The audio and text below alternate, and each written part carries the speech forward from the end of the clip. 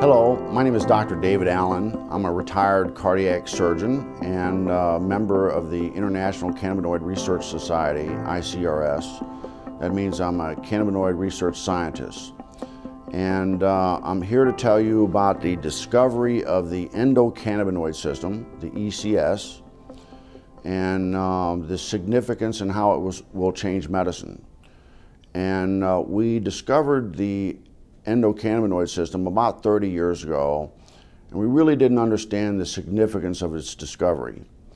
And so we found out that this is a chemical communication that your body has. It's not electrical, it's chemical, and it's kind of like the hormone systems that people are familiar with. And your body makes these cannabinoids. They're endogenous, so they're endocannabinoids, and they perform some miraculous functions in the body. And we're just learning the significance of these functions.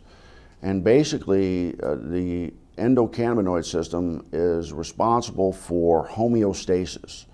Most people don't understand what that really means, but it's the body's ability to maintain itself and function in the proper environment.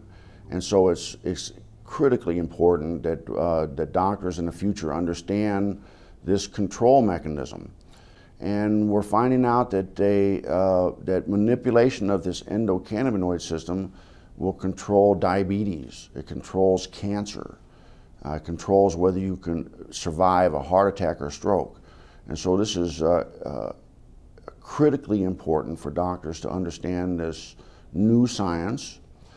And the discovery of the endocannabinoid system is the single most important medical scientific discovery ever, and will save more lives than the discovery and application of sterile surgical technique.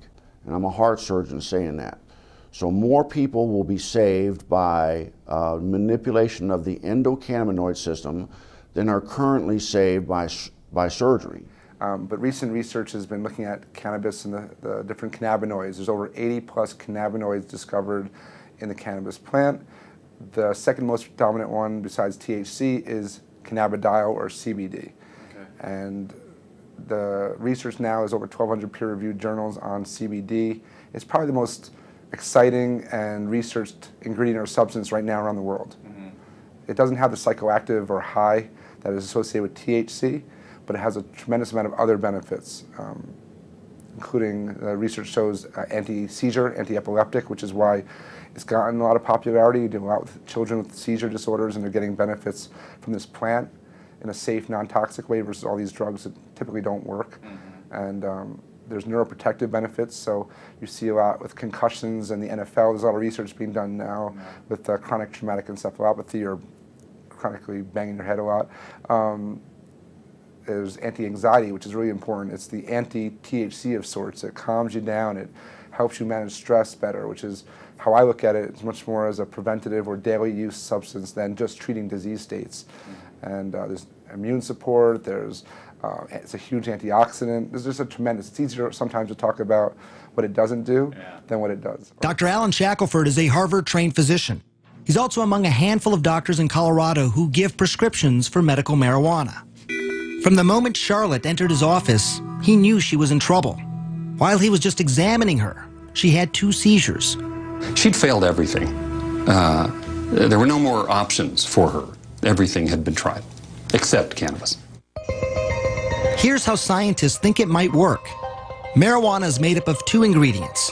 THC, that's the psychoactive part that makes you high, and CBD, also called cannabidiol.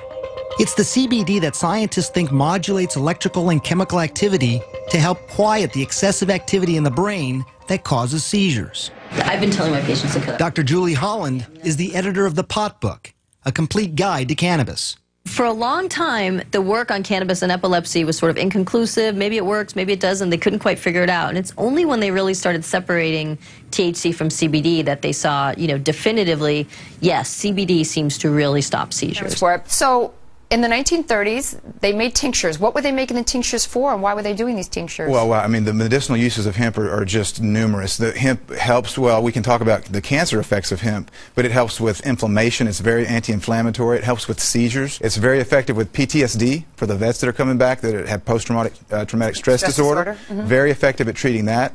It's an anti-inflammatory.